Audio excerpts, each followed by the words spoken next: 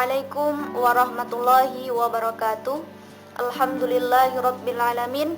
Assalatu wassalamu ala asrafil anbiya'i wal mursalin Sayyidina wa maulana Muhammadin wa ala alihi wa sahbihi ajma'in. Amma ba'du. Kami dari kelompok 6 yang beranggotakan saya, Vinda Rahmawati, Asyif Mukarrom, dan Wening Arisandi akan menyampaikan sebuah materi dengan judul Rumusan Materi Pembelajaran Fikih di SD atau MI. Pembahasan yang pertama yaitu pengertian rumusan materi pembelajaran. Jadi, rumusan materi pembelajaran adalah sebuah rancangan dalam penentuan materi pembelajaran yang digunakan atau yang akan digunakan sebagai bahan ajar dalam proses belajar mengajar. Bahan ajar itu sendiri adalah sebuah pengetahuan, keterampilan, dan sikap yang harus dipelajari oleh peserta didik untuk mencapai standar kompetensi yang telah ditentukan.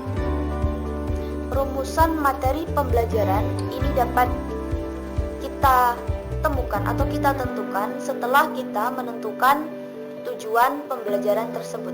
Misalnya, tujuan pembelajaran, siswa akan memahami konsep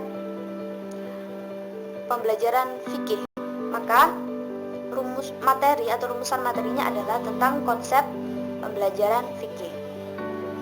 Kemudian pembahasan yang kedua adalah pemilihan dan pengorganisasian materi pembelajaran. Jadi sebelum kita membuat rancangan materi pembelajaran, maka harus memenuhi beberapa kriteria berikut ini. Yang pertama adalah kesesuaian dengan tujuan pembelajaran.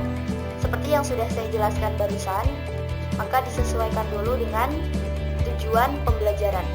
Kemudian yang kedua yaitu kesesuaian dengan karakteristik siswa.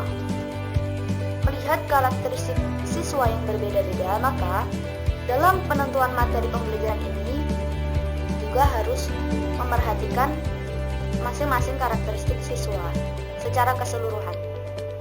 Kemudian yang ketiga, keruntutan dan sistematika materi. Keruntutan dan sistematika materi. Jadi materi itu runtut dan sistematis. Kemudian yang terakhir adalah kesesuaian materi dengan alokasi waktu. Jadi sebuah materi itu disesuaikan dengan waktu dalam proses belajar mengajar. Jika waktu tersebut hanya singkat, maka materinya juga tidak perlu banyak-banyak.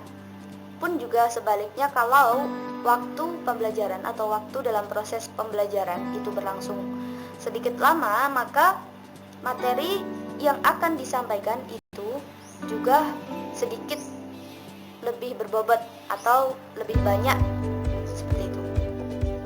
Manfaat rumusan materi pada pembelajaran fikih. Keberhasilan pembelajaran fikih secara keseluruhan sangat tergantung pada keberhasilan guru merancang materi pembelajaran. Materi pembelajaran pada hakikatnya merupakan bagian yang tidak terpisahkan dari silabus, yakni perencanaan, prediksi, dan proyeksi tentang apa yang akan dilakukan pada saat kegiatan pembelajaran. Agar guru dapat membuat persiapan yang berdaya guna dan berhasil, guru dituntut memahami berbagai aspek yang berkaitan dengan pengembangan materi pembelajaran, baik berkaitan dengan hakikat, fungsi, prinsip, maupun prosedur pengembangan materi, serta mengukur efektivitas persiapan tersebut. Salah satunya adalah guru juga dituntut untuk bisa mengevaluasi materi pembelajaran, baik yang terdapat pada buku paket, materi ajar, LKS, maupun dari sumber lain yang relevan. Beberapa manfaat yang dapat diperoleh dari merumuskan materi pembelajaran antara lain yang pertama, memberikan arah bagi peserta didik untuk mencapai tujuan yang diharapkan, memandu pendidik untuk merencanakan pembelajaran, menyelenggarakan dan mengevaluasi kegiatan belajar mengajar, dan memandu peserta didik untuk belajar dan membantu menentukan prioritas-prioritas. Selanjutnya ada teknik merumuskan materi itu. Nah, teknik merumuskan materi itu sendiri ada beberapa teknik teknik, yang pertama, kita harus menganalisis tingkat kompetensi dalam standar kompetensi dan kompetensi dasar. Yang kedua, menganalisis karakteristik mata pelajaran, peserta didik, dan sekolah. Yang ketiga, menganalisis kebutuhan dan potensi. Yang keempat, merumuskan indikator, dan yang kelima, mengembangkan indikator penilaian. Dalam merumuskan indikator penilaian itu perlu diperhatikan beberapa ketentuan sebagai berikut, yaitu setiap kompetensi dasar dikembangkan sekurang-kurangnya menjadi 3 indikator.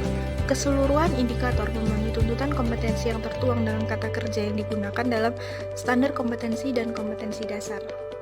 Menjelaskan tentang materi pembelajaran fikih yang ada di SD ataupun MI. Sebelum kita membahas tentang pembelajaran fikih yang ada di SD ataupun MI, alangkah baiknya kita mengerti dan memahami dulu apa arti sebuah pembelajaran. Pembelajaran adalah suatu kombinasi yang tersusun dari unsur-unsur manusiawi, material, fasilitas, perlengkapan, serta prosedur yang saling mempengaruhi dalam mencapai tujuan pembelajaran itu sendiri. Kemudian manusia-manusia yang terlibat dalam unsur-unsur tersebut, yang pertama yaitu peserta didik tentunya, dan yang kedua adalah guru dan juga serta tenaga kependidikan yang lainnya. Kemudian material yang disebut material sini meliputi yang pertama adalah buku-buku, film, audio, dan lain sebagainya. Dan fasilitas dan perlengkapan itu terdiri dari ruang kelas, perlengkapan audiovisual, dan juga komputer. Dan sedangkan prosedur di sini meliputi yang pertama adalah jadwal pembelajaran, yang kedua adalah metode penyampaian, dan juga pelajar dan lain sebagainya. Jadi unsur-unsur yang saya sebutkan ini tadi saling berkesinambungan, tidak boleh hilang salah satu. Jadi unsur-unsur yang saya sebutkan tadi harus berhubungan ataupun interaksi antara satu unsur dengan unsur yang lainnya, seperti itu. Kemudian menurut Hasbi As-Siddiq berpendapat seperti ini. Fikih adalah ilmu yang menerangkan segala hukum agama yang berhubungan dengan pekerjaan para mukallaf yang dikeluarkan dari dalil-dalil yang jelas. Seperti itu. Jadi materi pembelajaran fikih SD ataupun MI pada dasarnya adalah merupakan pesan yang ingin disampaikan kepada peserta didik yang masih pada level rendah. Nah, seperti itu. Dr. Hamzah berpendapat seperti ini, bahwa materi itu adalah informasi yang akan disampaikan oleh komponen lain, dapat berupa ide, juga dapat berupa fakta, dapat berupa makna, dan juga dapat berupa data, seperti itu. Nah, jadi strategi pembelajaran fikih di sini untuk SD ataupun MI harus memperhatikan berbagai faktor, terutama berkaitan dengan materi dan karakteristik perkembangan peserta didik, seperti itu. Desain pembelajaran sangatlah penting, di mana terdapat unsur siswa, tujuan, metode, dan evaluasi. Nah, kemudian untuk poin 2, selanjutnya untuk poin 2 adalah rumusan materi pembelajaran fikih di SD ataupun MI. Nah, dalam merumuskan tujuan ataupun materi pembelajaran fikih di SD atau MI, perlulah kita memperhatikan beberapa aspek. Aspek yang pertama yaitu aspek kognitif, dan yang kedua adalah aspek afektif, dan yang terakhir adalah aspek psikomotorik. Jadi ketika kita merumuskan suatu pembelajaran di SD ataupun MI, kita harus memperhatikan 3 hal itu. Yang pertama apa itu?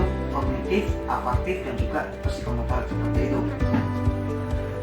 Terus untuk kognitifnya, kawasan objektif yaitu membahas tentang tujuan pembelajaran yang berkaitan dengan proses mental yang berawal dari tingkat pengetahuan sampai tingkat evaluasi.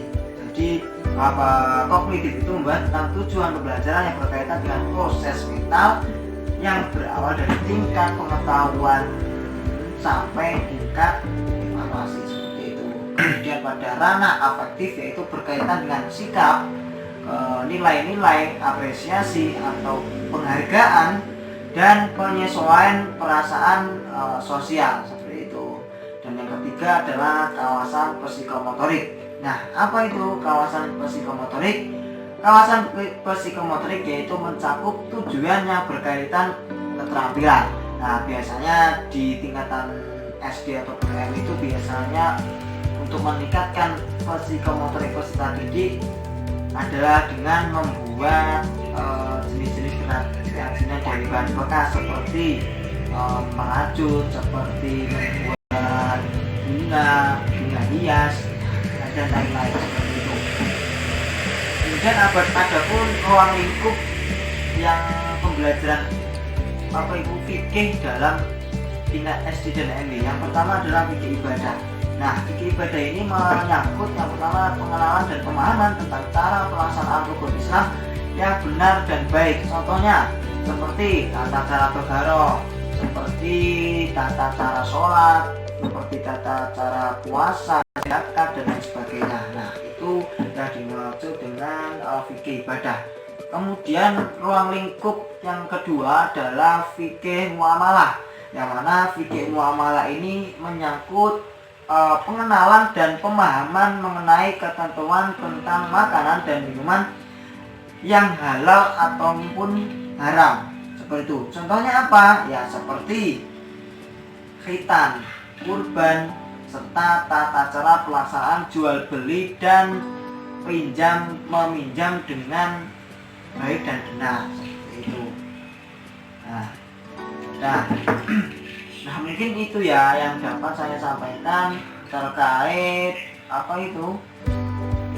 terkait materi pembelajaran yang fikih yang ada di SD atau PMI, dan juga rumusan materi pembelajaran fikih di SD ataupun PMI. Nah, mungkin dari teman-teman yang mungkin kurang paham tentang apa yang saya jelaskan ini, mungkin nanti bisa ditanyakan di kolom komentar.